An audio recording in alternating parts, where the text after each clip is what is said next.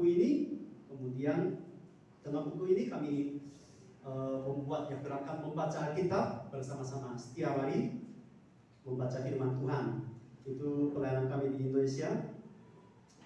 Puji Tuhan, hari ini diberi kesempatan untuk sharing firman Tuhan. Terima kasih saudara-saudara. Tema hari ini menghargai kasih karunia, menghargai kasih karunia. Ini foto ini dari WhatsApp ya. Dari seharusnya diminta, tapi Daniel Ferry langsung ambil dari WhatsApp saya status. Maka tidak cocok ya. Itu suasana di pantai ya, ibadah Padang, nanti mungkin bisa pakai foto ini. Ada banyak foto yang bagus-bagus, tapi pilih ini. Hari ini kita sudah baca 2 Korintus. Rasul Paulus di tengah perjalanan misi yang kedua, dia merintis sebuah gereja, yaitu gereja Korintus yang dekat dari kota Akaya, untuk pusatnya ibu kota Yunani. Korintus itu sebuah pulau kecil. Ada banyak pulau-pulau, sehingga banyak orang datang pergi untuk jual barang-barang, impor ekspor. Sehingga kota Korintus ini kota yang memiliki kekayaan. Dan juga zaman ini banyak filsafat-filsafat berkeliling di kota besar untuk mengajar filsafat-filsafat Yunani. Sehingga mereka lumayan mengerti ya pengetahuan dunia ini. Tapi di dalam gereja ada banyak yang pintar-pintar, yang kaya raya juga banyak. Sehingga muncul banyak masalah. Korintus itu mirip dengan Palembang juga. Palembang ini juga pelabuhan, banyak orang datang pergi. Orang-orang yang di sini di dalam gereja pintar-pintar ya. Jadi kondisinya mungkin yang hampir sama dengan Palembang ini juga. Di gereja ini masalahnya apa? Masalah apa ada di dalam gereja Korintus yang dirintis oleh Rasul Paulus? Banyak masalah ya. Perpecahan terjadi, perselisihan. Ada golongan Paulus, ada golongan Apolos. Ya, perpecahan juga terjadi. Khususnya mereka menolak perintis gereja ini, yaitu Rasul Paulus. Satu hamba Tuhan datang ke Palembang, dia merintis gereja di tengah kesulitan, tantangan yang besar, merintis gereja. Tapi suatu hari nanti dia diejek, diusir, tidak dihormati. Sedih sekali ya sebagai perintis gereja itu. Jadi ini terjadi sehingga dia menulis surat ini, 1 Korintus. Kemudian yang kedua, 2 Korintus ini. Mengapa menulis 2 kali? Ya karena dengan surat yang pertama itu masalahnya tidak diselesaikan. Masih jemaat-jemaat berkeras hati seperti Firaun. Sehingga dia menulis surat yang kedua, yaitu 2 Korintus. Khususnya hari ini dia mau mengajar kepada jemaat-jemaat yang berkeras hati. Tentang apa? Ayat yang pertama, sebagai teman-teman sekerja, teman sepelayan, sikapnya harus seperti apa? Itu dia mau mengajar. Sikap yang pertama, menghargai kasih karunia. Di sini ayat 1 berbunyi demikian. Kami menasihatkan kamu supaya kamu jangan membuat menjadi sia-sia kasih karunia Allah yang telah kamu terima. Sebab dia ambil satu ayat dari kitab Yesaya. Di bawah ada ayat referensi ya. Yesaya 49 ayat 8. Pada waktu aku berkenan, aku akan mendengarkan engkau. Dan pada hari aku menyelamatkan, aku akan menolong engkau. Sesungguhnya waktu ini adalah waktu perkenanan itu. Sesungguhnya hari ini adalah hari penyelamatan itu. Jadi maksudnya kutipan dari kitab Yesaya pasal 49 ayat 8 ini ya. Latar belakangnya orang Israel dibuang ke Babel karena dosa mereka. Tetapi Allah akan memulihkan bangsa Israel ini dengan kasih karunia-Nya.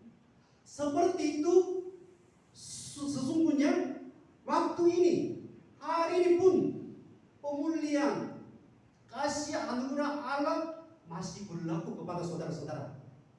Hari ini pun ada kasih karunia Allah. Sehingga harus terima, harus ingat lagi, jangan menyia-nyiakan kasih karunia Allah sebagai teman-teman sekerja. Itu nomor satu. Jadi apa arti kasih karunia itu? Sering dengar di dalam gereja kasih karunia. Sering dengar di dalam kitab surat Rasul Paulus jumlahnya 13.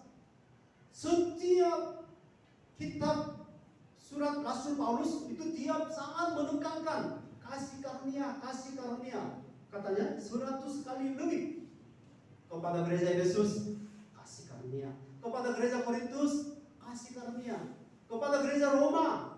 Setiap kitab-kitab, mungkin pasal yang pertama disebut istilah kasih karunia ini. Jadi kasih karunia itu apa arti? Terjemahan baru itu sudah diganti ya, tidak ada kasih karunia. Satu kata itu anugerah. Anugerah. Gereja ini gereja anugerah Kristus. Di Palembang ada hotel anugerah ya. Anugerah. Anugerah itu artinya apa? Sebenarnya banyak arti-arti yang sangat mirip dengan kasih karunia ada di dalam Alkitab, yaitu berkat. Berkat juga mirip dengan kasih karunia, parak ya, berkat. Kemudian apa mungkin rahmat? Rahmat juga mungkin mirip dengan kasih karunia. Kemudian kasih setia juga mirip juga. Mengapa ini kasih karunia sebenarnya bahasa Yunani satu kata, yaitu charis. Charis.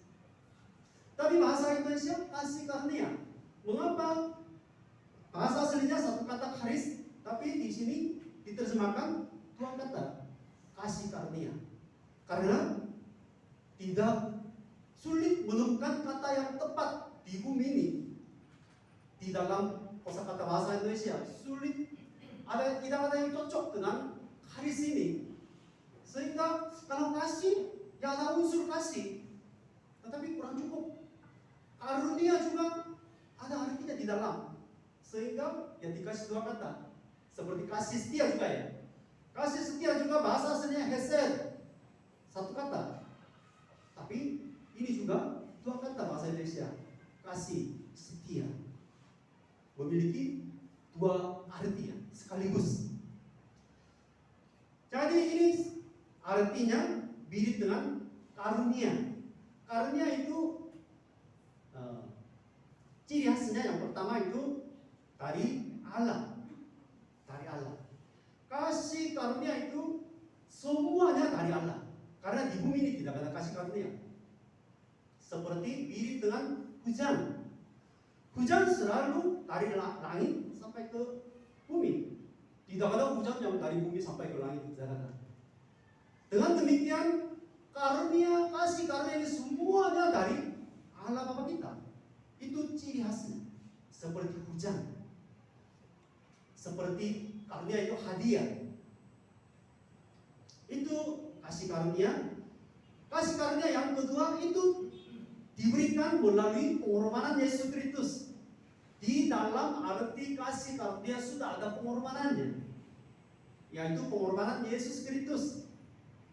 Itu diberikan melalui pengorbanan Yesus Kristus. Yang ketiga, ciri khas kasih karunia itu diberikan kepada orang yang tidak layak diterima. Diberikan kepada orang berdosa sama sekali tidak layak diterima. Tidak ada harga, tapi diberikan hadiah dari Allah. Itu ciri khas kasih karunia. Tapi yang terakhir, ciri khas kasih karunia itu selalu berlimpah-limpah. Saya mau menekankan bagian ini. Jadi kalau ada kasih karunia di dalam kitab Rasul Paulus, selalu ada kata sifat. yang mengikutinya, yaitu kasih karunia Allah yang berlimpah-limpah menurut kekayaannya kasih karunia-Nya. Jadi selalu biasanya ada kata sifat yaitu berlimpah-limpah, kaya, kepenuhan, itu selalu itu ada kata tambah. Artinya kasih karunia itu selalu ciri khasnya berlimpah-limpah. Tidak sedikit-sedikit kita ketemu hanya di dalam gereja atau hanya beberapa ayat sedikit-sedikit, enggak. Kasih karunia Allah itu ada di mana-mana, penuh di bumi dan di langit, penuh di dalam hati kita. Karena ciri khasnya kelimpahan. Saudara-saudara mampu melihat kasih karunia yang padat sekarang di tengah udara. Banyak orang percaya di udara ini ada wifi. Wifi tidak kelihatan, sehingga walaupun begitu nggak kelihatan percaya. Ada sinarnya di sini. Demikian juga kasih karunia Allah itu lebih padat daripada sinyal wifi. Di mana-mana penuh.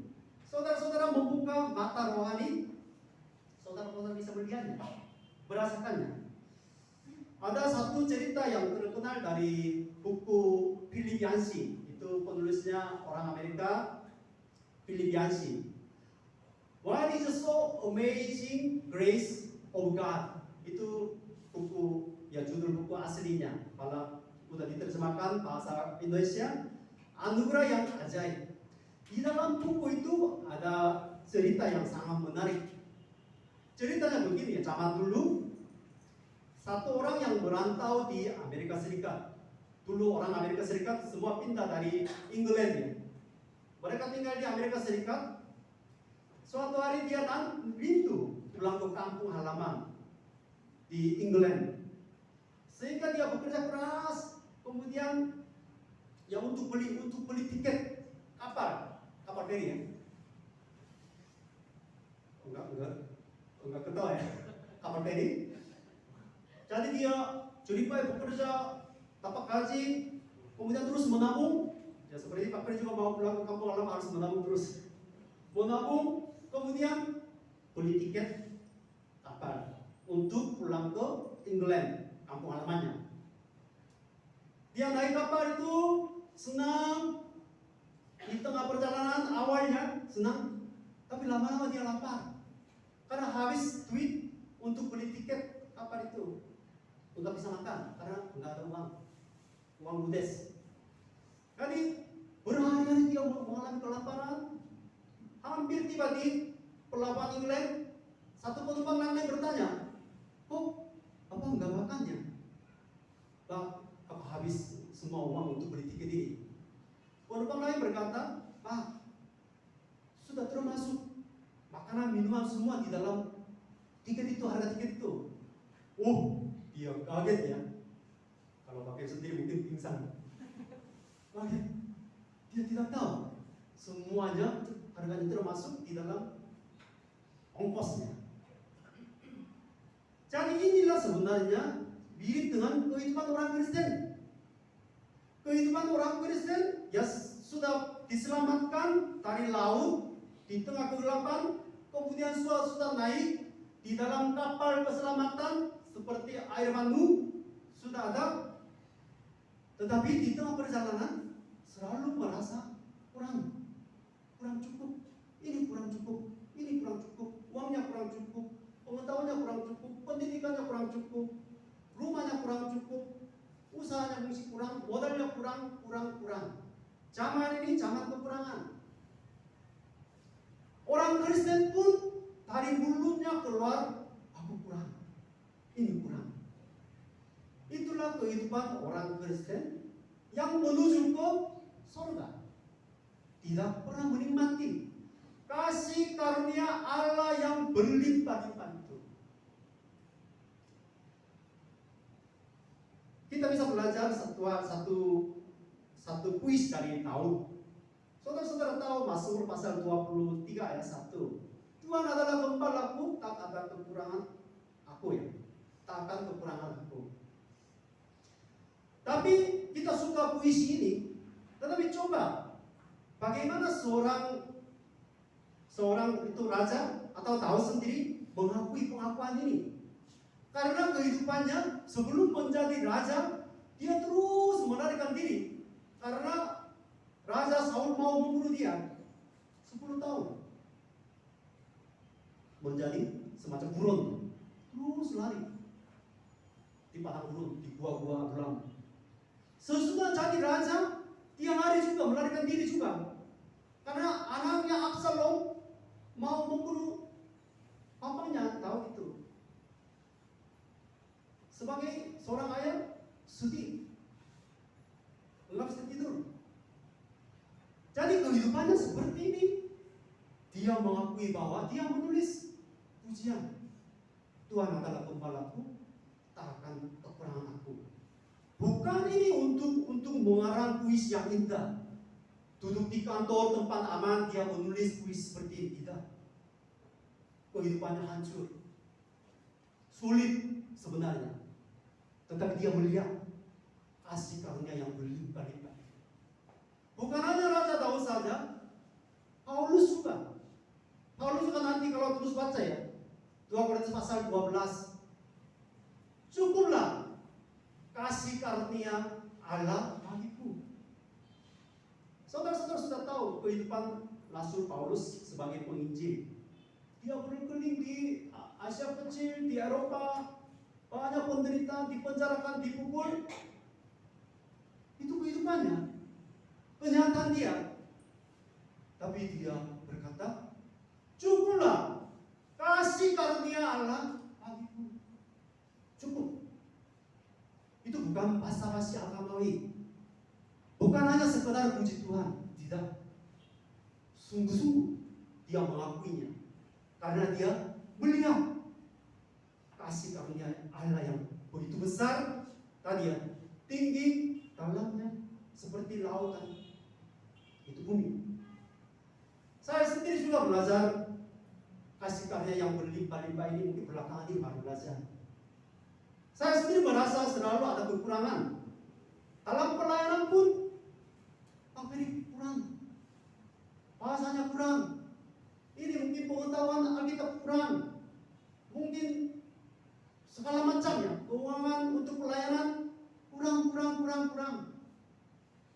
Tapi belakangan ini Tuhan mengajar kasih karunia Allah itu besar, betul-betul tinggi, padat di udara ini, bumi dan seperti langit ini.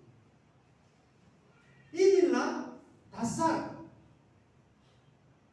teman-teman sekerja dalam kehidupan mereka. Itulah kita hargai, sehingga menghargai kasih karunia. Yang kedua, ayat 3-4 ya. Dalam hal apapun kami tidak memberi sebab orang tersandung, supaya pelayan kami jangan sampai dicela. Di sini dia berbicara tentang pelayanan. Ayat 4, sebaliknya dalam segala hal kami menunjukkan bahwa kami adalah pelayan Allah. Ministry dan minister, pelayan Allah. Itu dua macam itu muncul. Itu satu jabatan, satu kerja, pelayanan, kerja. Kita harus menghargai jabatan kita sebagai pelayan Allah dan pelayanannya. Itu kita harus hargai.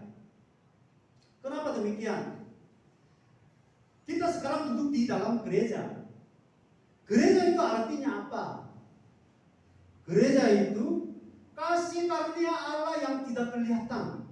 Itu betul-betul dinyatakan secara mata. Kita bisa melihat kasih karunia Allah itu yang tidak kelihatan itu betul-betul ada bentuknya, yaitu gereja. Mengapa demikian? Gereja itu kumpulan orang. Tapi Tetapi bedanya dengan arisan, apa bedanya? Kalau disebut gereja, butuh dua hal. Yang pertama, ada firman Tuhan. Ada firman Tuhan. Kemudian, belum cukup. Yang kedua, sakramen. Sakramen. Kalau dua hal ini sudah ada, ini disebut gereja. Gereja.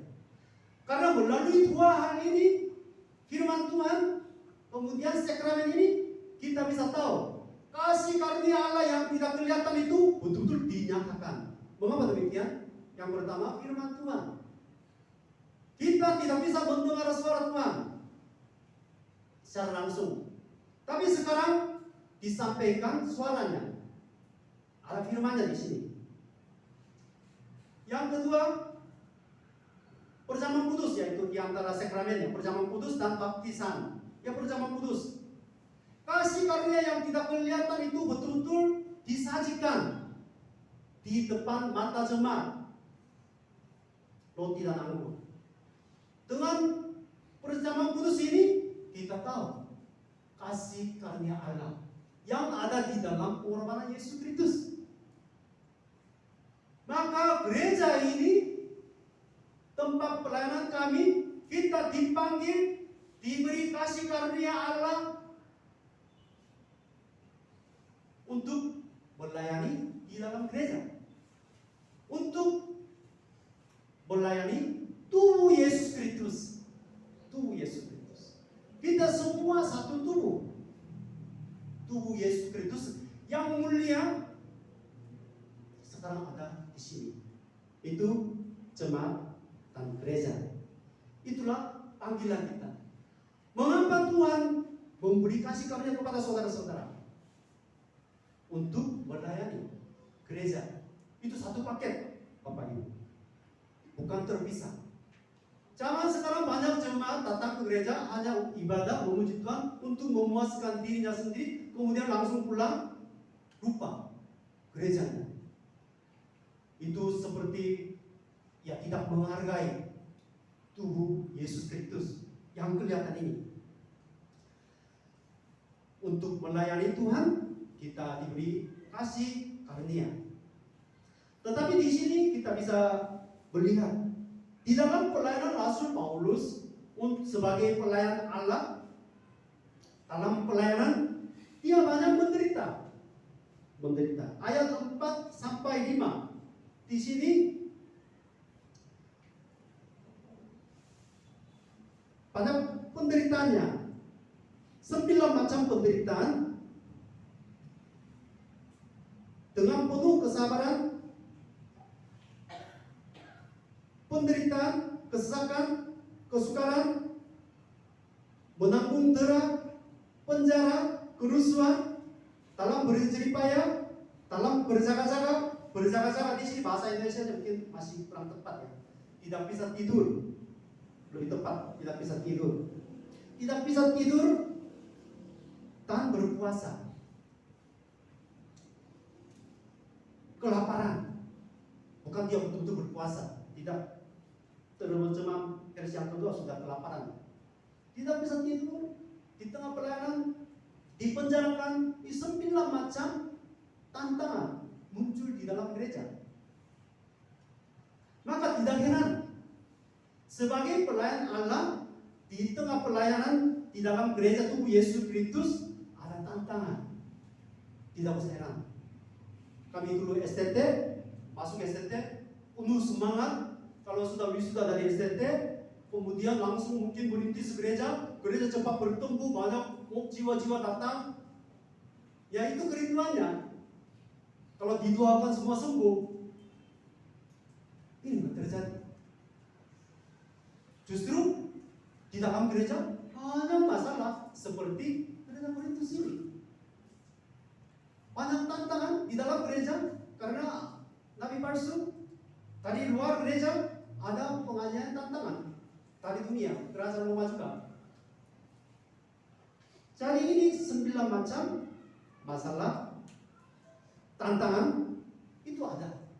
Sehingga saudara-saudara bisa belajar. Saudara-saudara mau melayani tubuh Yesus Kristus yang mulia ini jangan usah kecewa. Walaupun 9 macam tantangan terjadi, tetapi seperti Rasul Paulus tetap melakukan pelayanannya. Itu tertulis pasal 7-8. Walaupun ada tantangan, dia tetap melakukan, ayat 6-7, dia tetap melakukan kebaikannya, yaitu di situ 9 macam. Kemurnian hati, pengetahuan, kesabaran, kemurahan hati, dalam Roh Kudus, kasih yang tidak munafik, pemberitaan kebenaran dan kekuasaan Allah, ya dengan menggunakan senjata-senjata keadilan untuk menyerang ataupun untuk membela. 9 macam kebaikan tetap dilakukan oleh Rasul Paulus. Walaupun begitu, ayat 8, 9, kadang-kadang ya dihormati, kadang-kadang dihina, kadang-kadang juga diumpat, kadang-kadang dipuji, kadang-kadang dianggap sebagai penipu. Jadi banyak masalah, tantangan ya tadi sebab lain, dari luar gereja lain, dari luar gereja juga. Saya juga datang ke sini tujuannya yang untuk melayani, membantu orang. Tapi ada yang gosip sama Pak Ferry ini juga. Saya belum pernah mengambil uang dari orang lain. Selalu siap bantu, tetapi ada yang memfitnah Pak Ferry sama istri saya juga. Malam nggak bisa tidur. Maka suster belajar dari Rasul Paulus ini, yang Rasul juga alami, yang saya juga alami. Maka 1 Korintus pasal 10 ayat 13-nya, pencobaan-pencobaan yang kamu alami ialah pencobaan-pencobaan biasa. Tidak ada sesuatu yang baru, sehingga ya siap menerima hujatan, siap menerima celah. Di antara jemaat kadang-kadang marah sama pelayanan kita. Ya masa? Enggak usah kecewa, enggak usah mundur, enggak pernah bermusuhan. Karena pasti ini terjadi. Tetapi ini sudut pandang dari Tuhan itu sedikit beda. Itu tertulis ayat 9 dan 10 ya. Coba baca bersama-sama ayat 10 sampai ayat 9 sampai 10. Mari kita baca bersama-sama. 2, 3. Sebagai orang yang tidak benar namun terkenal, sebagai orang yang nyaris mati dan sungguh kami hidup, sebagai orang yang dihajar namun tidak mati, sebagai orang berduka cita namun senantiasa bersuka cita, sebagai orang miskin namun memperkaya banyak orang, sebagai orang tak memperoleh sekalipun kami memiliki segala sesuatu. Kekayaannya dari sudut pandang manusia sebagai pelayan Allah yang hidupnya mungkin seperti orang berduka cita, orang miskin, tidak punya apa-apa, tapi dari evaluasi dari Allah kita, ini orang terkenal, orang kaya, orang memiliki segala sesuatunya. Itulah pandangan dari Tuhan kita. Jadi yang kedua, kita harus menghargai. Tetap di tengah perjuangan, di tengah tantangan yang besar, tapi kita tetap melakukan pekerjaan baik dengan penuh harapan. Tadi segala macam evaluasi dari Tuhan, tetap melakukannya. Jangan mundur dari pelayanan ini. Bulan ini bulan ketiga, minggu yang pertama. Tuhan berbicara kepada saudara-saudara. Tuhan ada rencana yang indah untuk merintis gereja di tempat ini. Tadi bilang kira-kira 70 tahun yang lalu. Ada tujuannya. di bawah gereja ini ada darah Yesus Kristus. Kemudian di bawahnya ada kasih karunia Allah yang berlimpah-limpah. Ini dasar gereja GAK ini. Dan juga ada banyak pengorbanan nenek moyang saudara-saudara ada di sini juga. Sikap kita saudara-saudara terhadap gereja ini seperti apa? Jangan mengabaikan, jangan meremehkan pelayanan. Jangan menjauhkan diri saudara-saudara dari pelayanan dari gereja ini untuk melayani tubuh Yesus Kristus yang mulia, yang kelihatan. Saya datang ke Palembang ini, berkeliling di daerah Tempo. Banyak rumah-rumah itu pagarnya besi semua, penuh dengan besi-besi di pintunya. Banyak orang tinggal di dalam penjara, saking banyak besinya. Pabrik besi berlaku di Palembang ini, sampai ke atas besinya banyak. Kenapa hidup seperti itu? Ya karena takut akan orang lain, pencuri. Justru negara ini semua orang punya agama. Kenapa ini terjadi? Masih takut. Maka banyak jemaat-jemaat berpikir, kalau negara ini terus maju, pendidikannya baik, semakin maju, medikal mungkin kecanggihannya maju, negara ini lebih baik. Tidak, saudara-saudara. Negara yang maju pun, maaf ya, mereka juga tinggal di dalam besi juga. Besi yang tidak kelihatan. Maka takut juga. Banyak bunuh diri terjadi. Harapan kita sebagai orang yang diberi kasih karunia yang besar itu apa?